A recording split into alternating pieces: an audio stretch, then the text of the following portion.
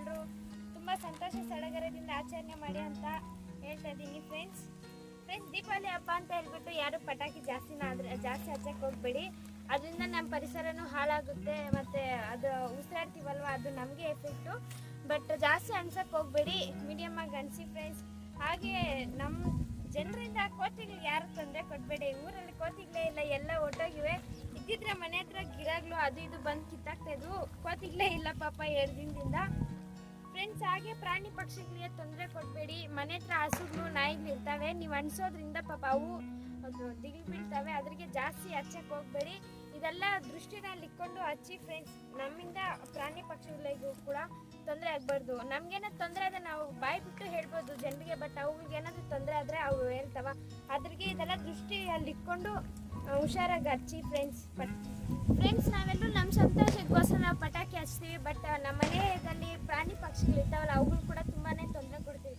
ಇವಾಗ ನಮ್ಮ ಮನೆ ಹತ್ರ ಬೆಕ್ಕಾಗಿರ್ಬೋದು, ಕೋಳಿಗಳಾಗಿರ್ಬೋದು, ಹಸುಗಳಾಗಿರ್ಬೋದು, ನಾಯಿಗಳಾಗಿರ್ಬೋದು ಇರ್ತವೆ. ನಾವು ಹಚ್ಚೋದ್ರಿಂದ ಅವುಗಳ ಸೌಂಡ್ಗೆ ಪಾಪ ಅವೇ ಭಯ ಬೀಳ್ತಾವೆ, ನಾವು ಭಯ ಬೀಳ್ತೀವಲ್ಲ ಫ್ರೆಂಡ್ಸ್. ಪಟಾಕಿ ಯಾರಾದ್ರೂ ಅಷ್ಟೇ ಆದರೆ ಕಿವಿಗಳನ್ನ ಗಟ್ಟಿಯಾಗಿ ಮುಚ್ಚಿಕೊಂತೀವಿ, ಬಟ್ ಅವು ಮುಚ್ಚಿಕೊಳ್ಳೋಕ್ಕಾಗುತ್ತೆ. ಅವುಗಳಿಗೆ ಏನಾದರೂ ಕೈ ಏನಾದರೂ ಆಯ್ತಾ ಮುಚ್ಚಿಕೊಳ್ಳೋಕ್ಕೆ ಫ್ರೆಂಡ್ಸ್. ಇದನ್ನೆಲ್ಲ ದೃಷ್ಟಿಯಲ್ಲಿ ಇಟ್ಕೊಂಡು ಸ್ವಲ್ಪ ಇದರಿಂದ ಹಚ್ಚಿ ಫ್ರೆಂಡ್ಸ್. ನಮ್ಮಿಂದ ಅವುಗಳು ಕೂಡ ತೊಂದರೆ ಕೊಡಬಾರ್ದು.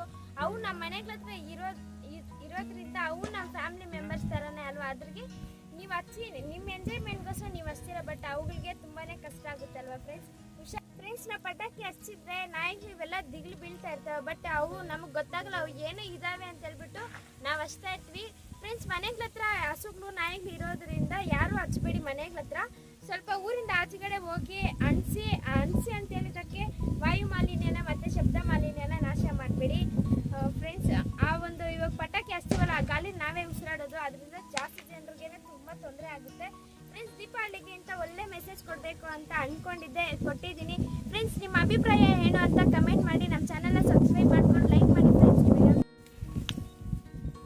ಫ್ರೆಂಡ್ಸ್. ಇವತ್ತು ದಸರಾ ಹಬ್ಬ ಮತ್ತು ದೀಪಾವಳಿ ಹಬ್ಬ ಅಲ್ವಾ, ಅದ್ರಿಗೆ ಮನೆಗೆ ಪೂಜೆಗೆ ಹೂವು ಬೇಕು ಅಂತ ಹೇಳ್ಬಿಟ್ಟು ನಮ್ಮೂರಲ್ಲಿ ಒಬ್ಬ ಅಕ್ಕ ಇದ್ದಾರೆ. ಅಕ್ಕ ನಾವು ಕೇಳಿದ್ರೆ ತೋಟದಲ್ಲಿದೆ, ಹೋಗಿ ಕಿತ್ಕೊಳ್ರಿ ಅಂತ ಹೇಳಿದ್ರು ಫ್ರೆಂಡ್ಸ್. ನಾನು ನಮ್ಮ ತಮ್ಮ ಮತ್ತು ನಮ್ಮ ಅಪ್ಪ ಆದರೆ ಬಂದಿದ್ದೀವಿ ಹೂ ಕಿತ್ಕೊಳ್ಳೋಕ್ಕೆ. ಬಟ್ ಇದೊಂದೇ ಕಲರ್ ಅಲ್ವಾ, ಚೆನ್ನಾಗಿರಲ್ಲ. ಬೇರೆ ಕಲರ್ ಮಿಕ್ಸ್ ಮಾಡ್ಕೊಂಡಿದ್ರೆ ಚೆನ್ನಾಗಿರ್ತಾ ಇತ್ತು, ಬಟ್ ಎಲ್ಲ ಕಲರ್ ಇಲ್ಲ, ಇದೊಂದೇ ಕಲರ್ ಇರೋದು. ಕಿತ್ಕೊಳ್ತಾ ಇದ್ದೀವಿ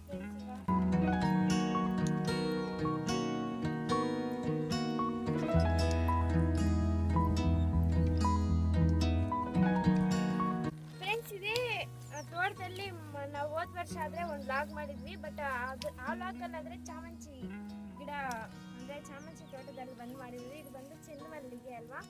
ಹೋಗಿ ಒಂದ್ಸತಿ ನೋಡಿ ಫ್ರೆಂಡ್ಸ್, ನನ್ನ ಚಾನಲಲ್ಲಿ ನೋಡಿ. ಅದು ನಾನು ನಮ್ಮ ಫ್ರೆಂಡ್ಸ್ ಎಲ್ಲ ಬಂದು ಹೂಗಳು ಕಿತ್ಕೊಂಡಾದರೆ ಹೋಗಿದ್ದೀವಿ, ಒಂದ್ಸಲಿ ನೋಡಿ ಫ್ರೆಂಡ್ಸ್.